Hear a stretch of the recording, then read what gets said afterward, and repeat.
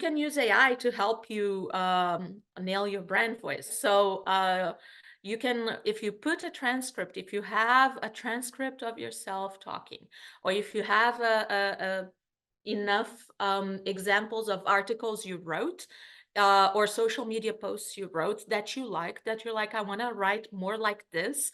And you're trying to figure out like what is the essence of that piece of writing that would be characterize your brand voice. You can use AI to figure out your brand voice. So the way this presentation is organized is I'm going to show you a few examples that are relevant for medical writers. Some of the examples I'm not, or some of the things that you can do, I'm not going to immediately show you the example on the website. If we have time at the end, we can come back to it, but I do provide you with the slides, the prompts that I would use, or similar prompts that I would use. So you can use AI for various phases of your content development for social media type posts. And here I focused heavily on written content because we are writers, but you can also just keep in mind that you can also do other things with AI as well, such like you can make images, you can make video, you can transform audio, transform video, make shorter videos, so on and so forth. So there's like a lot of things. But I focused here more on writing types of social media posts. So you can use it for research, for writing itself, and then for editing. So here are some use cases for research. The first use case that is like really easy is if you have the access to a transcript from an interview, you can transform that interview into so many pieces of content by just putting it into an AI post. So let me show you. Yeah, so all you need to be giving ChatGPT or whichever, today we're going to use them, use ChatGPT, but you can use any of the other AI models. So you can use Claude, you can use Gemini, Copilot, Hugging Chat, whichever you prefer, they're all there. And what I would say is for best results, use the paid versions for all of these prompts if you actually want to get good results. So your audience is the most important part of everything that you're doing, be it in social media, be it not in social media. So it's always very important to really understand the audience. And if you have an interview with an audience, you can get lots of insights. With an audience member, you can get lots of insights. So what you would need is the transcript and then information about the interview. And here's like, basically you could use this as a prompt that you then use to show that you transform to write your own prompt, right? So this is what I wrote. So what I decided to do was use the transcript from this episode that I recorded with Alex Housen, just because then I'm not being like picking on anyone else. So this is my stuff. And most podcasts, you can get the transcript. So if you click there, it gives you here the transcript, which I've already downloaded. So let's start a new chat. So all I'm doing is uploading, and then let's copy this prompt. Copy, come here. Paste, and it's doing this thing today, so it's gonna do it all the whole time. All right. All right, so it's gonna read, and it started giving me like a summary of the interview, which is good because, well, then you have a summary of the interview, which you could then transform into blog topics. But what I really want to do is understand more about, say, myself. from this interview, right? Because imagine that this was an interview with someone else. I would want to get the perspective of that person, right? Not just a summary of the interview. So you can ask like any of these prompts over here. Let's look like by analyzing the transcript, can you tell me what led them to be interested in AI for medical writing? I think that's a good prompt. Let's try that.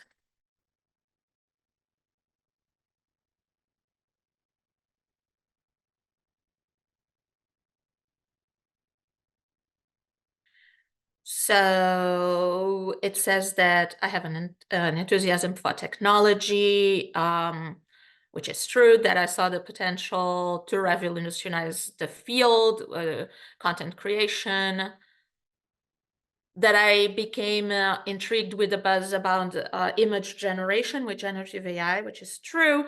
People were like always talking about that, but I was like, but I don't create images. So when I really became interested in Gen AI was with ChatGPT. So it did a good analysis of what I said, which was more, I think, than what we had got here, because here it's more describing, summarizing. Here is going into more what was it that got me interesting. Another thing that like is really useful to know about always is people's pain points.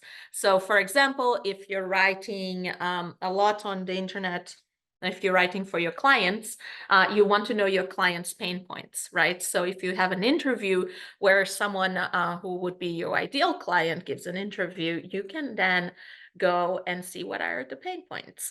So let's see what it does in terms of my pain points.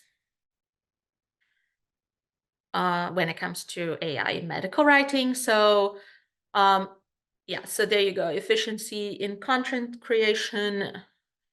I wanted to streamline, so Nudia wanted to streamline her content creation process, looking for tools that could handle repetitive or time-consuming tasks. 100%, that is always what I'm trying to do.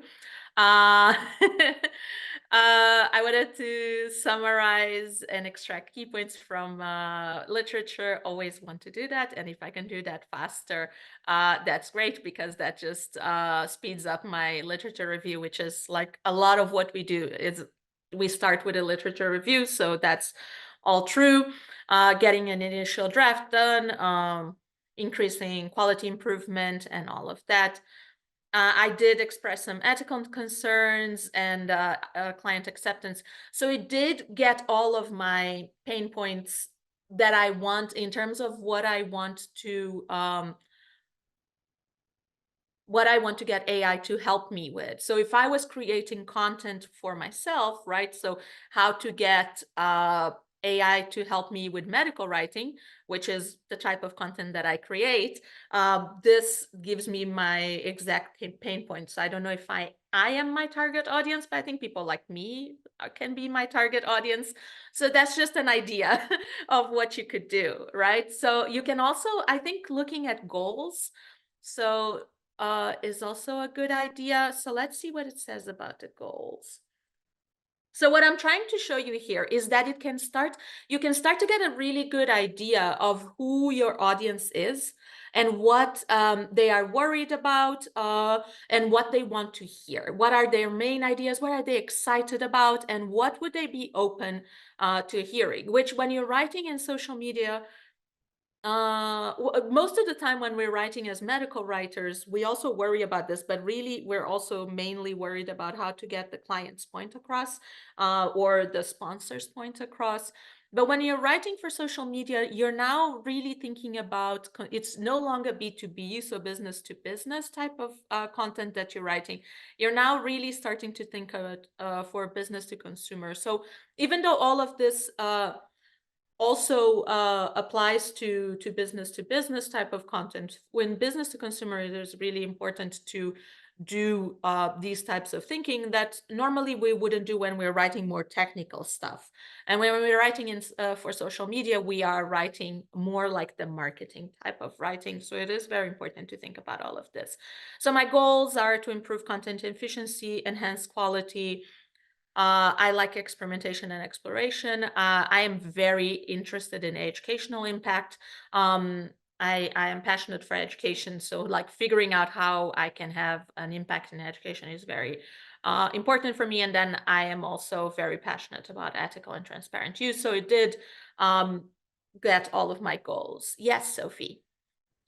Yeah, I just wanted to really reiterate what you said because a lot of newer freelance medical writers do get a bit confused about who their target audience is with social media compared to who they're going to be writing for as an audience with the paid writing projects that they do, which, as you said, they're two completely different things.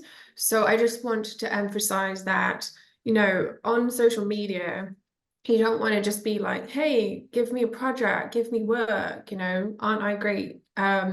You are really thinking about yourself more as a thought leader and somebody who is actively engaged in the field, talking to others, learning things, developing your skills. And that's kind of the vibe that you want to give with your content. So that's why I really like this example, because you're pulling stuff out about yourself, but also in the industry. And yeah, it's very different to what you would do for a client. So I just want to make sure that is clear. Yes. Yeah, you're completely right. Yeah, usually for a client, all of this thought has already been done by the client, and you just have the task, and all of this has already been given. But when you're preparing your own stuff for social media, or if you were doing social media strategy for a client, you need to think about all of this. This is like step one of social media, is really doing a lot of research into your audience. All right. And then because I love tables, I want it to give me a table with a summary of everything from this persona, right? So I'm creating a persona that I can then write to. So here's a prompt for that. Just create me a table. And then while it's going to create the table, we can look at it. And I think that this is this like I've shown you like the other things because it gives you a lot of detail in all of these every single one of these things that it's analyzing. With the table, it's a little bit more, you can see everything at once. So that's why I like to get it to show me tables. Um, you can see like the pain point, the goal, the motivation, hesitations, and then the impact, right? So if the pain point is difficulty in efficiently summarizing and extracting key points from extensive medical texts. The goal is to improve with AI assisted, improve content creation efficiency using AI assisted summarization and drafting. The motivations are the technological enthusiasm and curiosity for me, because it's my persona. I am concerned about the ability to handle complex content creation without significant human oversight. You hear about this a lot, that people think that, and it is true up to a certain point at least, but these things are evolving so fast that the AI models cannot, like, can they really handle all that complex text? Will they simplify too much? Will they just give us boilerplate type of content out? And the impact to me to solving this problem would be streamlined and efficient content creation processes, allowing for quicker turnaround times. I feel like everyone wants this. So that is definitely something. If you talk to this impact and you say like, I'm going to teach you a streamlined and efficient content creation process, allowing for a quicker turnaround time, you can bet that I'm going to at least be like curious enough to go read your blog post or whatever to figure out like, are you actually giving me value or not? Then I might hate you because you didn't give me value, but at least the headline is one that captures my attention. All right, so I showed you how to do it to find pain points. One thing that like a lot of people struggle with is to nail your brand voice. So you can use AI to help you nail your brand voice, right? So you can, if you put a transcript, if you have a transcript of yourself talking, or if you have enough examples of articles you wrote or social media posts you wrote that you like, that you're like, I want to write more like this. And you're trying to figure out like what is the essence of that piece of writing that would be characterize your brand voice. You can use AI to figure out your brand voice. So here I'm saying, so based on the transcript, how would you define the tone of voice for the personal brands? For Nudia's personal brand, I'm going to change this just to make it faster.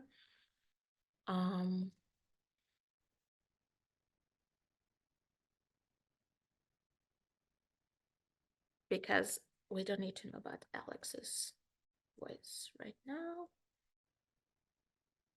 All right. We also had a question in the chat from Tim about where the transcript would originally come from, like some ideas for that, like the starting point or the source material. Yeah, mainly are these all like publicly available transcripts that Yeah. you're So referring this to? one, yes. Or you could do, so yes, I would look for publicly available transcripts, or if you do an interview. So I do some interviews for my work. So that could help, right? But usually, yes, you're looking from publicly available transcripts. Yeah. Or like, yeah, and yes, publicly available, anything is fair game, basically, is the answer. So it's saying that my personal brand tone of voice is innovative, thoughtful and analytical, transparent and ethical, educational and informative, collaborative, enthusiastic about technology, professional yet approachable. And you can tell me whether it nailed it or not, but I think it's good. And then, but what is really key, so say you want to hire a VA to write, or you want to train AI to write in your brand voice, what you want is a style guide for your brand voice. So you could do that. Let me see. Oh, it's still thinking. You're gonna be okay. Give me this. No. Stop whatever it is that you're doing. Under this. There we go. So it's gonna write, so content should be well researched, 100%, demonstrate a deep understanding of the subject matter. Yes, I do not like, a lot of people do it, and it's valuable to do like very surface level content, but that is not my style. I never write surface level content in general, so I think that that is true. Using examples 100%, highlight innovation, inspire with possibilities. I love that. Always point out ethical considerations and encourage responsibility. Be open about processes, acknowledge challenges. Like, I feel like this thing is even better at describing my brand voice than I am myself.